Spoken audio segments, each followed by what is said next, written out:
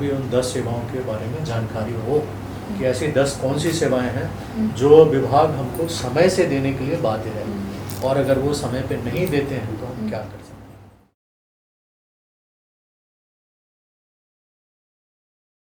इल्म के लिबास से अपनी शख्सियत को आरास्ता कर, खामोशी से अपनी पहचान का तय रास्ता कर। नमस्कार, मैं कौशिकी त्रिवेदी आप सभी का एक बार फिर से आपके अपने खास कार्यक्रम अतिथि उवाच में बहुत बहुत इस्तकबाल स्वागत करती हूँ। और आज हमारी चर्चा का हिस्सा यूपी के सामान्य प्रशासन के प्रमुख सचिव श्रीमान जितेंद्र कुमार जी होंगे। सर, आपका बहुत बहुत स्वागत है। धन्यवाद कौशिकी जी आपको। कोरोना वैक्सीन आपने लगवा ली? जी, मैंने कोरोना वैक्सीन लगवा ली। आजकल हम सबसे यही क्वेश्चन पूछ रहे हैं, और आपको कैसा इसका प्रभाव कैसा दिखा? वैक्सीन के दिन तो कुछ पता नहीं चला। अच्छा। पर उसके दूसरे दिन मुझे थोड़ा हल्का फीवर था। अच्छा। और 2 दिन फीवर रहा। तो थोड़ा सा डर नहीं लगा कि? नहीं, डर बिल्कुल नहीं लगा, पर किसी को फीवर होता है, किसी को नहीं होता है। जैसे मैंने सैटरडे को वैक्सीन लगवाई, मेरे साथ मेरी वाइफ ने भी लगवाया। अच्छा। लेकिन उनको कुछ भी नहीं हुआ, मुझे फीवर रहा। तो मुझे संडे और मंडे 2 दिन फीवर रहा। अच्छा। मैंने डॉक्टर से बात की। डॉक्टर ने कहा कि ये रूटीन है, और आपको अगर लगे कि ज़्यादा फीवर हो रहा है या असुविधा हो रही है तो आप डोलो 650 ले सकते हैं। कालपोल वो मैंने ली और ठीक हो गया। आप करते रहे। आपके पास सर वर्तमान में भाषा विभाग है और सामान्य प्रशासन, लोक प्रबंधन है। थोड़ा सा हम इस बारे में जानकारी चाहेंगे कि लोक प्रबंधन का बेसिकली कार्य होता क्या है? लोक प्रबंधन मुख्य रूप से सिटीजन चार्टर की सेवाएं पब्लिक को उपलब्ध कराने के लिए है कि जो भी जन सामान्य से जुड़ी हुई जितने भी विभाग सरकार के हैं, उन सभी विभागों से संबंधित बहुत सारे काम ऐसे हैं जो कि पब्लिक के दिन प्रतिदिन के लाइफ में उनके लिए आवश्यक है, और उसके लिए वो डिपार्टमेंट के अलग अलग सर्विसेज हैं। अब जैसे आप राजस्व विभाग का लो तो जाति प्रमाण पत्र जारी करना, आय प्रमाण पत्र जारी करना, निवास प्रमाण पत्र, या फिर किसी ने अपनी ज़मीन खरीदी तो उस ज़मीन का जो वो वरासत कराते हैं वो उसके म्यूटेशन का, या फिर उसके बाप दादा की ज़मीन है और उसके मृत्यु के बाद उसके नाम आना हुआ, अविवादित वरासत हुआ, तो उसकी कापी उसको चाहिए। किसान बही चाहिए। अगर कोई लोग PWD में या और किसी विभाग में ठेकेदारी करना चाहते हैं तो उसको अपना हैसियत प्रमाण पत्र बनवाना पड़ता है। अगर कोई नर्सरी लगाना चाहता है पौधों की तो उद्यान विभाग से जो उसको कुछ रजिस्ट्रेशन कराना पड़ता है, या कोल्ड स्टोरेज बनाना चाहता है तो उसके लिए जो फल संरक्षण विभाग से उसको रजिस्ट्रेशन। इस तरह की जो सर्विसेज बहुत सारी हैं। मनरेगा में कोई काम करना चाहता है, उसने खंड विकास स्तर पर अपना दिया कि मेरा लेबर में रजिस्ट्रेशन हो जाए, तो ये सारी जितनी भी जन सुविधाएँ हैं, ये जन सुविधाएँ उसको टाइम से मिले, और उतने समय में अगर उसको नहीं मिलती है तो संबंधित अधिकारी जो उसके लिए उत्तरदायी है कि उसको वो उतने समय सीमा में वो सुविधाएं उपलब्ध कराता है, उसके ऊपर कोई दंड का प्राविधान किया जाए ताकि समय से ये सुविधाएं पब्लिक को मिल सके, और इसको संसूचित भी किया जाए, अधिसूचित किया जाए, लोगों को बताया जाए कि इतनी सारी सुविधाएं हैं जो कि सरकार ने आपके लिए आवश्यक रूप से सिटीजन चार्टर के रूप में विज्ञापित कर रखी है, आप इसकी जानकारी ले सकते हैं। ये मुख्य कार्य लोक प्रबंधन में हम करते हैं। सर, जब आपने इस विभाग की पर्टिकुलरली जिम्मेदारी संभाली, अब अगर मैं आपसे ये सीधा सवाल करूं कि आपके लिए इस विभाग में न्यू चैलेंजेस क्या होंगे? देखिए, हम लोगों के पास तो जब भी विभाग बदलता है तो वहाँ पे सेवाएं अलग होती हैं। जैसे इसके पहले मैं इस विभाग को मैं पहले भी देख रहा था, और साथ में पर्यटन और संस्कृति मैंने देखा।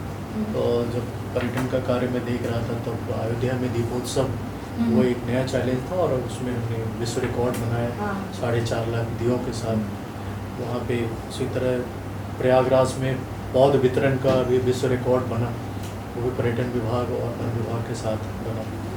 मथुरा में और वृंदावन में रंगोत्सव का भी रिकॉर्ड बना। तो ये सभी चीज़ें नई सेवाएं आती रहती हैं और नया सेवा करते हैं।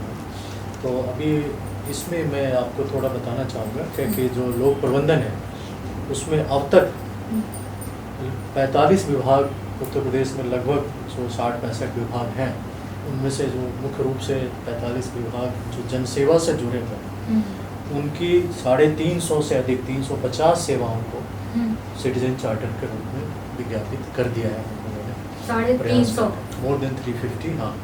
और इसमें से 10 सेवाएं जो जनहित की होती हैं, जो मैंडेटरी है हर विभाग के लिए, कि जो 10 सेवाएं हैं वो मैंडेटरी हैं, वो सबके लिए है। तो आप इस चैनल के माध्यम से और इस इंटरव्यू के माध्यम से मैं चाहूँगा कि जनता को भी उन 10 सेवाओं के बारे में जानकारी हो कि ऐसी 10 कौन सी सेवाएं हैं जो विभाग हमको समय से देने के लिए बाध्य है, और अगर वो समय पे नहीं देते हैं तो हम क्या कर सकते हैं। तो ये जो 10 सेवाएं हैं, जिसमें पहला है कि पेंशन स्वीकृति पर निर्णय। अब अगर कोई कर्मचारी सेवानिवृत्त हो गया तो वो जिस भी विभाग में काम कर रहा है, उसके पेंशन स्वीकृति के लिए अगर उसने अपनी आवेदन दी है तो उसके लिए समय सीमा है निस्तारण के लिए 60 दिन, यानी 2 महीने में उसकी पेंशन स्वीकृति पर निर्णय हो जाना चाहिए। अगर संबंधित विभाग ने 2 महीने में उस पर निर्णय नहीं लिया तो वो अपील कर सकता है, और फर्स्ट अपीलेट के लिए 30 दिन का समय है, सेकेंड अपीलेट के लिए फिर 30 दिन का समय। और अगर किसी भी सब्जेक्ट में अपीलेट लेवल पे नहीं कार्रवाई होती है तो इसमें फिर दंड का भी प्राविधान, उसके लिए भी जा सकते हैं। दूसरा है जीपीएफ की स्वीकृति पर निर्णय। अब अगर कोई से कर्मचारी सेवानिवृत्त हुआ तो उसकी जीपीएफ, कई बार ये देखने में आता था कि बरसों तक रुकी हुई है, पेंशन रुकी हुई है, जीपीएफ रुकी हुई है। जीपीएफ 30 दिन में उसका स्वीकृत हो जाना चाहिए अगर कोई विवाद नहीं है तो। और अगर विवाद है तो 30 दिन के अंदर उसको सूचित किया जाएगा कि इस कारण से आपका जीपीएफ नहीं स्वीकृत हो रहा है, आप इसको ठीक कराएं। लेकिन जो विभाग है वो उसका ये दायित्व है कि 30 दिन के अंदर रिस्पॉन्ड करें। तीसरा है चिकित्सा अवकाश की स्वीकृति। अगर कोई मेडिकल कारण से छुट्टी पे जा रहा है तो वो 15 दिन के अंदर उसकी मेडिकल लीव सैंक्शन अवश्य हो जाए। चौथा है चिकित्सा प्रतिपूर्ति पर निर्णय, यानी अगर किसी ने मेडिकल रिइंबर्समेंट के लिए अपना क्लेम दिया है कि मैंने अपना ये इलाज करवाया है और इसमें मैंने इतना व्यय किया है, तो इसका हमें सरकार से जो नियम के अनुसार, शासनादेश के अनुसार या नीति के अनुसार मिलना चाहिए, उस पर 60 दिन के अंदर निर्णय हो जाना आवश्यक है, बशर्ते कि वो अपने निर्धारित प्रारूप पे उन सब चीज़ों को भर करके देता है। पांचवा है प्रोविजनल पेंशन देना। अगर किसी वजह से उसकी पेंशन रुक जाती है, उसके खिलाफ कोई विभागीय कार्रवाई चल रही हो और कुछ, तो सेवा नियमावली में ये प्रावधान है कि प्रोविजनल पेंशन उसको तत्काल स्वीकृत किया जाए, तो वो 30 दिन के अंदर उस पर निर्णय हो जाए। छठी सेवा है उपार्जित अवकाश के बारे में, कि अगर कोई अर्न लीव लेने का एप्लीकेशन देता है उपार्जित अवकाश का, तो वो 15 दिन के अंदर उस पर निर्णय हो जाएगा। सातवीं सेवा है वेतन भुगतान पर निर्णय। अगर कोई सर्विस कर रहा है और उसका वेतन भुगतान रुक गया तो उस पर भी 15 दिन के अंदर निर्णय ले लिया जाए। किसी अधिकारी या कर्मी ने अपने गोपनीय प्रविष्टि के लिए दिया है, जो उसकी एसीआर होती है, जिसके आधार पे आगे उसकी पदोन्नति जिस पर निर्भर करती है, उस पर 30 दिन के अंदर निर्णय लेना आवश्यक है। नेक्स्ट है सुनिश्चित कैरियर प्रोन्नति पे, एश्योर्ड कैरियर प्रोन्नति जिसको बोलते हैं, ECP लग, वो भी उसमें 3 महीने का टाइम है, तो 90 डेज में वो डिसाइड करना चाहिए। और 10th है मृतक आश्रित नियुक्ति के मामले में, जो सामान्य मामले होते हैं, उसमें भी 3 महीने के अंदर निर्णय ले लेना विभाग के लिए अपरिहार्य है। तो ये जो 10 सर्विसेज हैं, ये 10 सर्विसेज सभी विभागों में कॉमन है, यानी जितने भी है सरकारी विभाग सभी जगह इस तरह के 10 सर्विसेज आते हैं। अब जैसे इसमें कई ऐसे होते हैं, जैसे शिक्षा विभाग को अगर आते हैं तो शिक्षा विभाग में इस 10 के अलावा और कई सारी ऐसी हैं जो छात्र छात्राओं के लिए जरूरी है कि उनका मूल प्रमाण पत्र अगर वो मांगते हैं, या मूल प्रमाण पत्र खो जाने पे कई बार डुप्लीकेट प्रमाण पत्र बोर्ड से चाहते हैं, डुप्लीकेट अंक पत्र चाहते हैं, तो इन सब के लिए भी समय सीमा निर्धारित है और ये हमारी वेबसाइट पे उपलब्ध है। लोक कल्याण विभाग की वेबसाइट पर उसको एक्सेस करके वो सारी सूचना ले सकता है। जैसे महिला कल्याण के लिए है कि विधवा पेंशन पर निर्णय, या फिर दहेज से पीड़ित महिलाओं को कोई कानूनी सहायता चाहिए या वित्तीय सहायता चाहिए, उसके लिए भी विभाग के पास सेवाएं जो हैं ये सिटीजन फोरम में पहले से अधिसूचित हैं, जिसकी की सूचना वो ले सकते हैं और ये जान सकते हैं कि कितने दिन में हमारे इस क्वेरी का निस्तारण हो सकता है। और इसी से बात भाषा विभाग की कर ली जाए, जैसे कि हमें पता है कि उर्दू 3rd नंबर पे, हिंदी पहले, इंग्लिश दूसरे, इसी भी संस्कृत के ऊपर क्यों कोई ध्यान नहीं विशेष दिया जाता है? देखिए, भाषा मूल रूप से बोली की भाषा है और आबादी के दृष्टिकोण से जितना बड़ा हिस्सा जिस भाषा को बोलता है वो उस भाषा की ग्राह्यता उतनी अधिक होती है। हिंदी राजभाषा है यहाँ पे और उर्दू दूसरी राजभाषा उत्तर प्रदेश में है। संस्कृत के बारे में लोगों को लगता है कि संस्कृत उपेक्षित है, लेकिन वर्तमान सरकार में संस्कृत पे काफ़ी ध्यान दिया गया है और भाषा विभाग का एक हमारी एक शाखा है उत्तर प्रदेश संस्कृत संस्थान। उत्तर प्रदेश संस्कृत संस्थान के माध्यम से ये प्रयास किया है कि जितने भी प्राथमिक विद्यालय हैं, सभी प्राथमिक विद्यालय में संस्कृत बोलना बच्चों को कक्षा 6 के बाद के बच्चों को संस्कृत बोलना अवश्य आ जाए। अनिवार्य तो अभी नहीं करेंगे, लेकिन वो संस्कृत बोल सकें, संस्कृत पढ़ सकें, बोल सकें। और इसके लिए ज़रूरी था क्या कि पहले शिक्षक संस्कृत बोल सके और पढ़ सके। तो 2017-18 से हम लोगों ने ये कार्यक्रम चलाया और उसको बेसिक शिक्षा विभाग के साथ समन्वय करते हुए उनके प्राथमिक स्कूल के शिक्षकों को लखनऊ में ही निराला नगर सभागार में हमने कैंप आयोजित किया था और यहाँ पे सभी को 15-20 दिन का एक व्यापक प्रशिक्षण शिक्षकों को दिया गया, जिसमें उनको संस्कृत बोलना और कैसे बच्चों को संस्कृत बोलना सिखाना है इसका प्रशिक्षण दिया गया। और वापस जा कर के उन्होंने अपने विद्यालयों में बच्चों को संस्कृत बोलना सिखाया। आज लगभग 20 से 25% प्राइमरी स्कूल के प्राथमिक विद्यालयों में बच्चे कक्षा 6 के आगे संस्कृत बोल सकते हैं और इसका व्यापक विस्तार हो रहा है, क्योंकि धीरे धीरे हम अपने सर्विसेज की उपलब्धता के अनुसार जितने संसाधन हमारे पास हैं उसके अनुसार हम विद्यालयों का संख्या और अधिक हर साल लेते जा रहे हैं। हम उनको कुछ पुस्तकें भी उपलब्ध करा रहे हैं, कंप्यूटर भी दे रहे हैं, संस्कृत भाषा की लाइब्रेरी भी दे रहे हैं।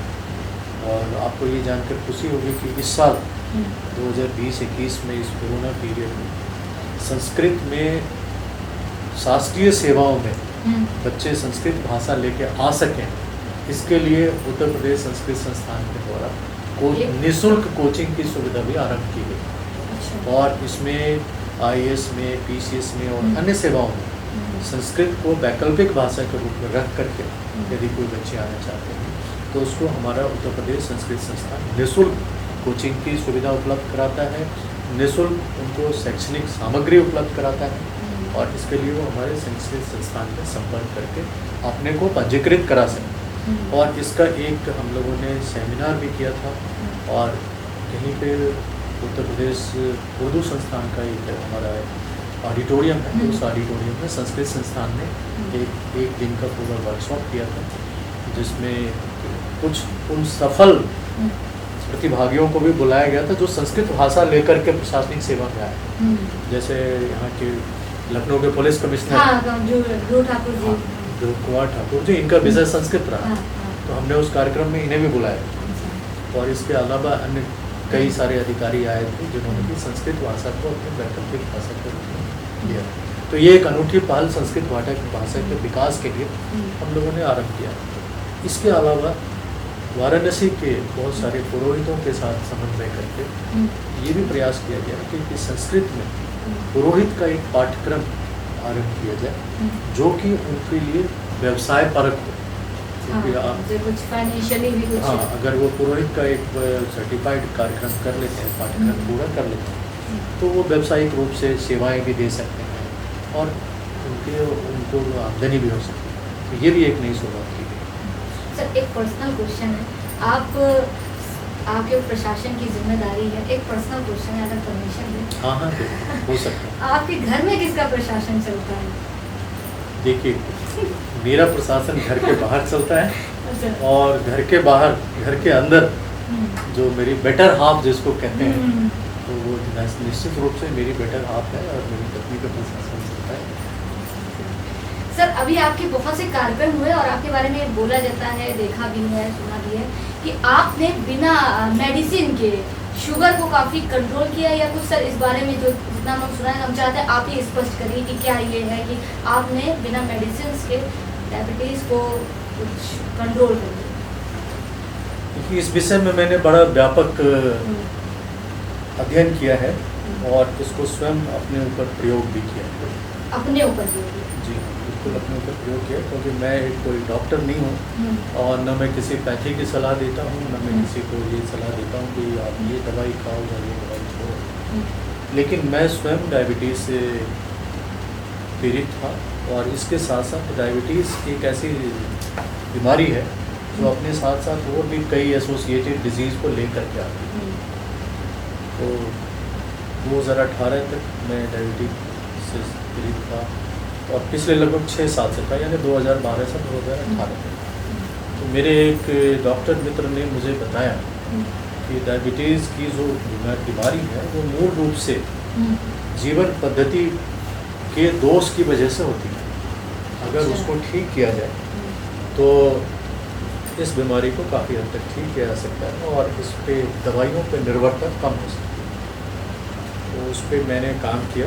ये काफ़ी व्यापक विषय है, क्योंकि इसको इतने उसके लिए आपको पृथक से एक इंटरव्यू लेना पड़ेगा। हाँ बिल्कुल। क्योंकि होता क्या है कि ये डायबिटीज़ या मधुमेह जितने व्यक्तियों को है नहीं, उससे ज़्यादा व्यक्ति आज हमारे यहाँ पे इसके उपचार बताने वाला है। आप किसी से भी मिलिए, वो हर आदमी आपको कोई चूर्ण बता देगा, कोई दवाई बता देगा, कोई काढ़ा बता देगा, जो निश्चित रूप से एडवाइजेबल नहीं है और कहीं ना कहीं साइड इफेक्ट भी इसका होता है। और उसको जानने के बाद जो रोगी है वो उस पर निर्भर हो जाता है, दवाई छोड़ देता है, वो गलत बात है। पर मोटे तौर पे मैं जो एक सिद्धांत है उसका वो मैं बताऊंगा जिसको कोई भी फॉलो कर सकता है। तो डायबिटीज़ को समझने के पहले ये जानना जरूरी है कि हमारे शरीर के अंदर 5 लीटर लगभग खून होता है, ब्लड होता है, और उस ब्लड की जो शुगर कैरिंग कैपेसिटी होती है, तो उसमें कितना शुगर हो सकता है, वो एक लगभग 5 ग्राम होती है, जो एक चाय के चम्मच के चीनी के बराबर है। अगर एक चाय के चम्मच में आप चीनी लें तो 5 ग्राम होगा, और उतने ही शुगर हमारे 5 लीटर ब्लड में नॉर्मल हो सकता है। अगर उससे अधिक होता है तो उससे डायबिटीज़ से रिलेटेड कॉम्प्लिकेशंस हमारी बॉडी में होते हैं।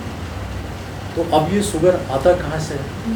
ये जो हम खाना भोजन करते हैं उससे आता है, और शरीर से जो अतिरिक्त शुगर है वो बाहर निकलने का जो सोर्स है वो यूरिन होता है, जो किडनी से फिल्टर होकर के पेशाब के द्वारा बाहर निकलता है। तो हम अगर अपने शरीर में बाहर से आने वाले शुगर को नियंत्रित करें तो जो दवाइयों पे हमारी निर्भरता है वो क्रमशः कम होगी। अभी हम क्या करते हैं, जो एलोपैथिक पद्धति में या आयुर्वेदिक पद्धति में या होम्योपैथिक किसी भी दवाई पे अगर डायबिटीज़ का रोगी निर्भर है तो ये मान लेता है कि अगर मैं दवाई खाऊं तो मुझे भोजन पे नियंत्रण की कोई आवश्यकता नहीं है, जबकि फूड एक मेन सोर्स है जिससे कि शुगर आपके बॉडी के अंदर आता है।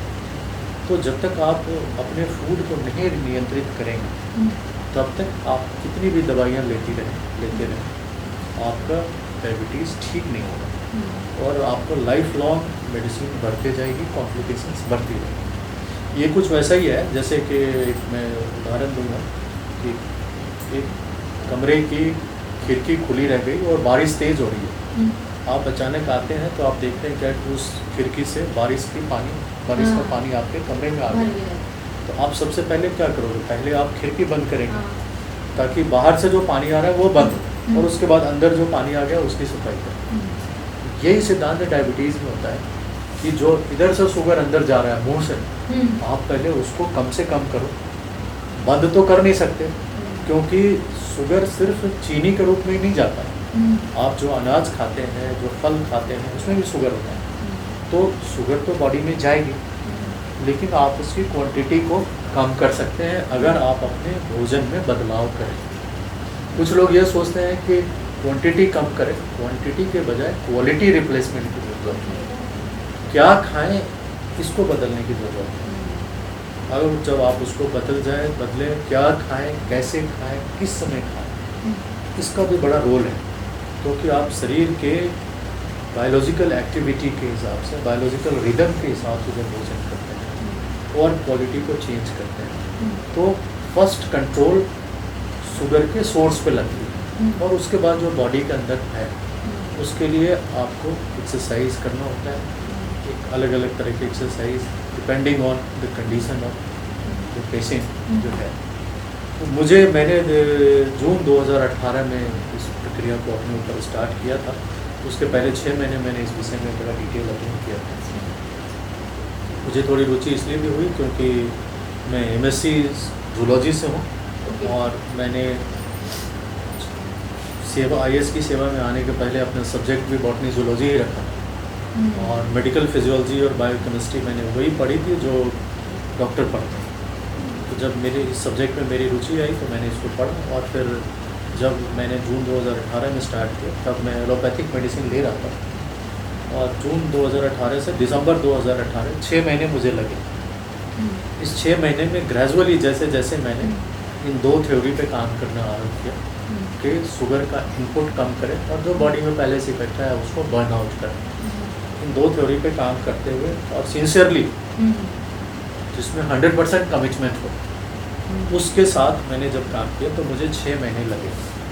तो मैं ये भी बताना चाहूँगा कि ये कोई हंसी खेल नहीं है। लोग समझते हैं कि नहीं मैं कोई जड़ी बूटी या चूरन खा लूँगा तो डायबिटीज़ रिवर्स हो जाएगी। No, it can not. इसके लिए आपको प्रयास करना पड़ेगा। तो मैंने 6 महीने के बाद सफलता पाई और धीरे धीरे मेडिसिन की डोज घटते गई और मैं फिर उस स्टेज में दिसंबर 2018 में पहुंच गया जहाँ पे कि अब मुझे दवाई लेने की आवश्यकता नहीं रह गई। बिना दवाई के मेरा डायबिटीज़ कंट्रोल हो। लेकिन उसके बाद भी अभी अगर मैं अब उसके 3 साल हो गए और अगर कभी मैं ढिलाई करता हूँ या फिर आपने कभी रसगुल्ला खा लिया या फिर और खाने पीने में कुछ थोड़ा सा दैट कंडीशन बिकॉज ये कंटिन्यूअस प्रोसेस है। जैसे मैंने बताया कि कमरे में आपने खिड़की बंद कर दी तो आपने बंद कर दी, लेकिन अगर कभी बारिश के मौसम में फिर खोलेंगे तो पानी तो अंदर आएगा। तो उसी तरह जब तक आप जीवित हैं तब तक आपके सामने आप जिस माहौल में रहते हैं उसमें इतने सारे फेस्टिवल त्यौहार आते हैं। लेकिन सर थोड़ा सा खाने से भी परहेज करना और हमारे यहाँ त्यौहार का मतलब ये मिठाई। बिल्कुल। तो जब मिठाइयाँ आती है तो वहाँ पे अगर आप अपने को नहीं रोकेंगे तो फिर वैसा ही होगा। पर आसान हो जाता है क्योंकि एक बार जब आप इस प्रक्रिया से गुजरते हैं तो आपको उसका लाभ पता चलता है और फिर आपके वो रूटीन का पार्ट बन जाता है। Then it can be done easily. Presently अगर मैं आपसे सवाल पूछूँ कि आपको यहाँ दवाई वगैरह नहीं ले रहे? मैं कोई दवाई नहीं लेता हूँ और इस विषय में मैंने डिटेल प्रेजेंटेशन भी तैयार किया और मैंने कई जगहों पर मैंने किया। मैंने मसूरी में लाल बहादुर शास्त्री राष्ट्रीय प्रशासनिक अकेडमी में प्रेजेंटेशन दिया है, KGM मेडिकल कॉलेज में दिया है, अभी हाल में मैंने राजभवन में भी इस विषय पर प्रेजेंटेशन दिया है, हिंदुस्तानी अकेडमी प्रयागराज में दिया है। तो मैंने इसे मिशन बना लिया कि जिस तरह से मैंने इस पे विजय पाया ना वैसे और लोगों को बताएं कि कैसे वो अपने जीवन शैली में बदलाव करके परिवर्तन ला सकते।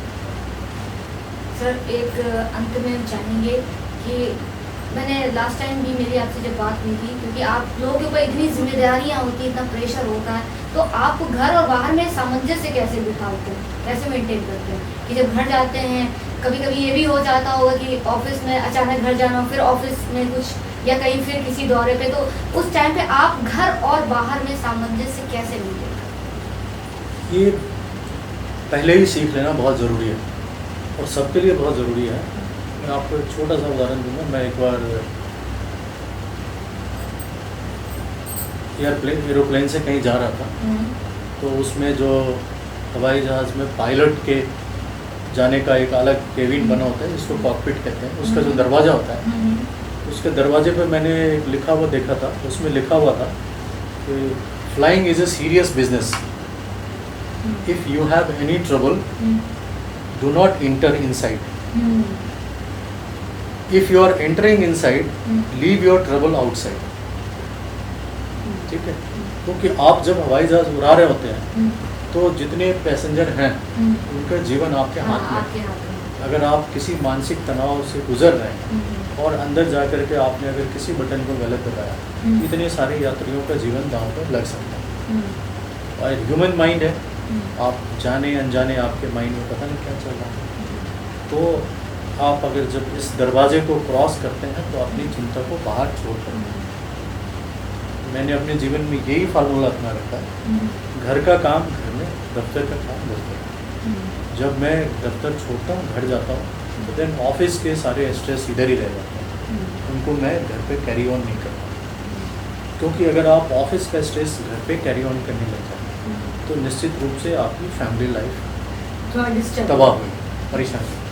तो अपने प्रोफेशनल लाइफ और फैमिली लाइफ को अलग अलग रखना पड़ता है सबको, और उसके बीच में एक संतुलन बनाए रखना। आज की जनरेशन से आप जो प्रशासन को चला रहे हैं, जो यंग फेसेस हैं, उनके लिए आप क्या मैसेज देना चाहते हैं? देखिए, जो नए अधिकारी आए हैं फील्ड में, अधिकांश ने इस कोरोना पीरियड में बहुत बेहतरीन काम करके दिखाया है, और हमें उनसे जितनी अपेक्षा थी उससे अच्छा काम किया है। फील्ड में आए हैं, चुनौती को स्वीकार किया है, और उस चुनौती को सफलता में बदला है। हम उनको यही कहना चाहेंगे कि जीवन में हमेशा उतार चढ़ाव आते हैं। कई बार हम जब ऐसा जो चाहते हैं वो वैसा होता नहीं है, बट हमें हमेशा ये मान करके चलना चाहिए कि जो हो रहा है वो आगे अच्छे के लिए हो रहा है। अगर किसी विपरीत परिस्थिति में गुजर रहे हैं तो निश्चित रूप से यह परिस्थिति हमें आगे किसी अच्छे समय के लिए तैयार करेगी। जो कोरोना पीरियड आया, यह एक विपरीत परिस्थिति थी, लेकिन लोगों में स्वास्थ्य के प्रति जागरूकता बढ़ी, लोगों में फाइनेंशियल सेविंग करने की आदत बढ़ी, लोगों को लगा क्या कि हम बहुत सारा फिजूल खर्ची कर रहे हैं, उसको हम बचा सकते हैं, यहाँ पे कटौती कर सकते हैं। लोगों को लगा कि हम बहुत ज़्यादा नेट पे बिजी रहते हैं, अपने परिवार के लोगों को समय नहीं दे पाते हैं, तो बहुत सारी अच्छाई चीज़ भी आई। तो हर बुराई अपने साथ जो है अच्छाई लेकर के भी आती है। प्राइमा फेसी हमें लगता है कि बुरा हो रहा है, लेकिन उसके पीछे भी कोई ना कोई संदेश होता है जो आपको अच्छे के लिए तैयार करता है। अगर हम मुझे उस तरह से लें तो कभी हम परेशानी में नहीं पड़ेंगे। तो बहुत बहुत शुक्रिया हमसे बातचीत करने के लिए। धन्यवाद। आप देखते रहिए अतिथि उवाच कौशिकी के साथ।